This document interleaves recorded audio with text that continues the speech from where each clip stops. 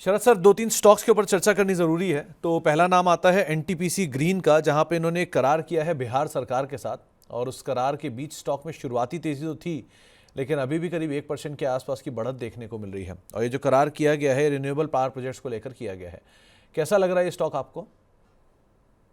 थोड़ा महंगा है। देखिए, अगर आप रिलेटिवली देखिए, एनटीपीसी ग्रीन काफी चल गया है, महंगा भी है।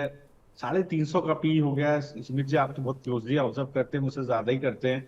तो देखिए साहब, इतना महंगा लिस्टिंग के बाद देखिए स्टॉक के अंदर एक गिरावट देखने को मिली थी। मुझे लगता है आप अगर चार्ट्स के भी ऊपर देखें तो मुझे लगता है कि करीब 130 के आसपास का इसका बेस है। अब यहाँ से स्टॉक 130 पे स्टॉप लॉस रखिए, उसके नीचे खिसक जाए बेच दीजिएगा। अगर ये कहीं इस वीक में आपको 137 के ऊपर सस्टेन करके क्लोजिंग दे दे तो जरूर आपको एक पुल बैक 145 रुपए तक का देखने को मिलेगा। तो ये जरूर है, लेकिन मुझे लगता है कि बहुत महंगा हो गया है शेयर।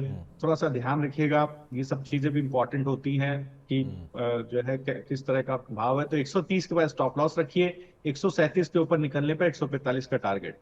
चलिए, क्योंकि रिन्यूएबल की बात हो रही है, ग्रीन ग्रीन हाइड्रोजन के लिए एक एनएचपीसी ने भी करार किया है। ये भी बिहार में करीब करीब 5500 करोड़ रुपए के आसपास का निवेश करेंगे ग्रीन और सोलर को लेके।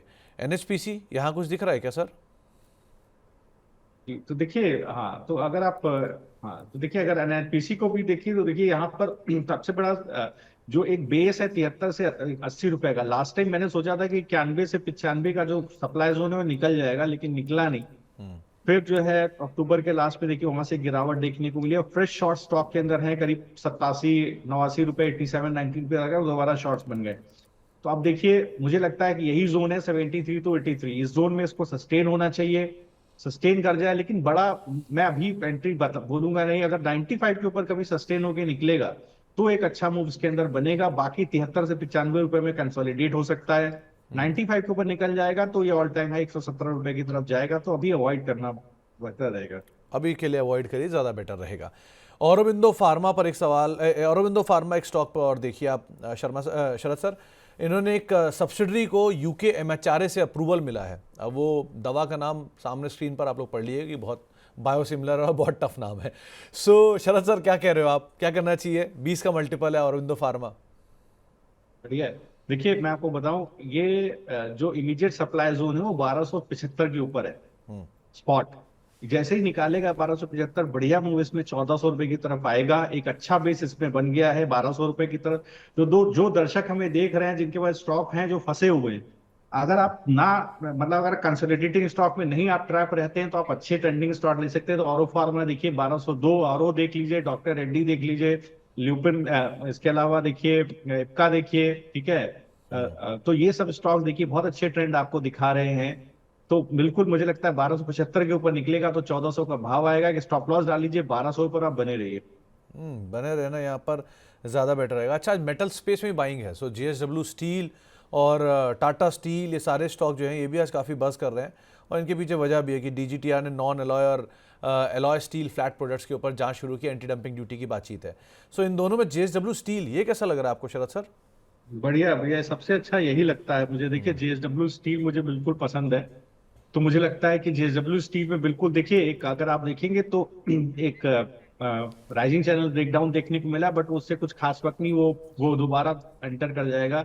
880 रुपए के पास एक बढ़िया बेस है, कोई भी डिप में आपको खरीदारी मिल जाती बहुत अच्छा होता। अब क्या करिए इस वीक में, जो शॉर्ट टर्म ट्रेडर्स हैं वो 910 रुपए के आसपास अपना स्टॉप लॉस डालिए स्पॉट का। 910 रुपए के ऊपर नीचे जाके 2 3 दिन सस्टेन करे तब पोजीशन काटिएगा, दोबारा आपको 885 के पास खरीदारी मिलेगी। लेकिन लॉन्ग टर्म के हिसाब से मैं बहुत पॉजिटिव हूँ। थोड़ा लंबा नजरिया पकड़ेंगे 880 के स्टॉप लॉस से तो आपको करीब 1080 के टारगेट यहाँ देखने को मिलेंगे। तो जेएसडब्ल्यू स्टील मुझे अच्छा लगता है। ओके, जेएसडब्ल्यू के साथ साथ एक और स्टॉक जो चर्चा में है वो है स्टर्लिंग एंड विल्सन।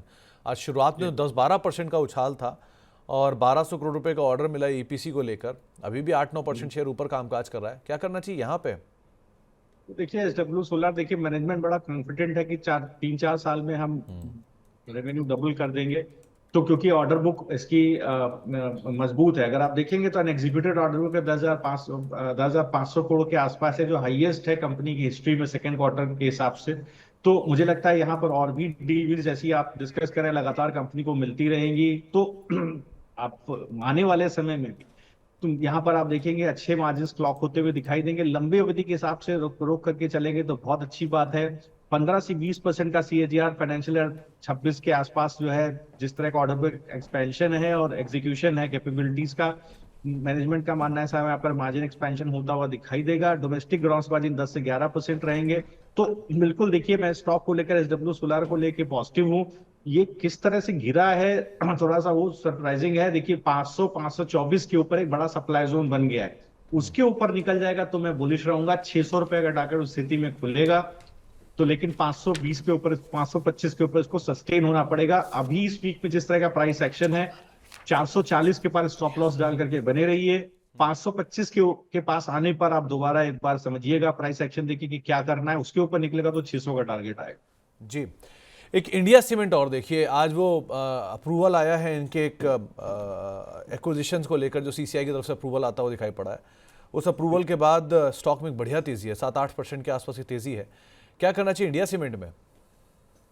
बिल्कुल देखिए, कंसोलिडेशन है। मुझे लगता है कि ये 400 रुपए की तरफ धीरे धीरे जा रहा है। एक अच्छा बेस इसमें 340 के पास बना हुआ है।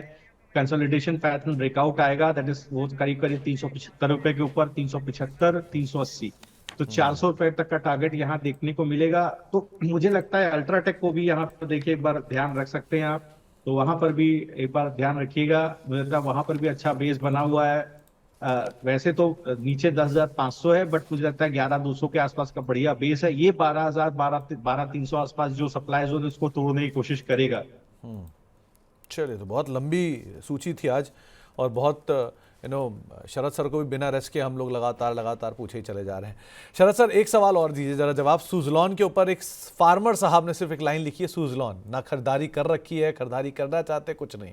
तो दोनों तरह के लोगों के लिए, जो खरीदारी करने की इच्छुक हैं वो क्या करें, और जो खरीदारी करके बैठे हैं वो क्या करें सुजलॉन में?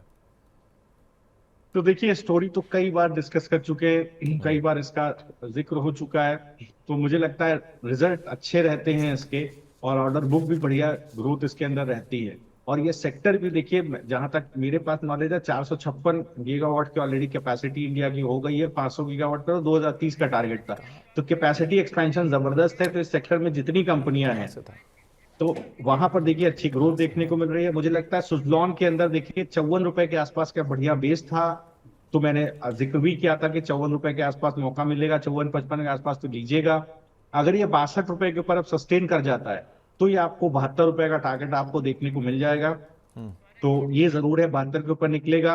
तो वहां मुझे थोड़ा लंबा समय अगर आप देंगे, ये इस तरह के स्टॉक को ट्रेडिंग में न डालिए। अगर आप 62 रुपए के स्टॉप लॉस से खड़े रहते हैं, मुझे लगता है धीरे धीरे करके आपको 81 और 95 के टारगेट मिलेंगे। 2 से 3 क्वार्टर का समय दीजिएगा।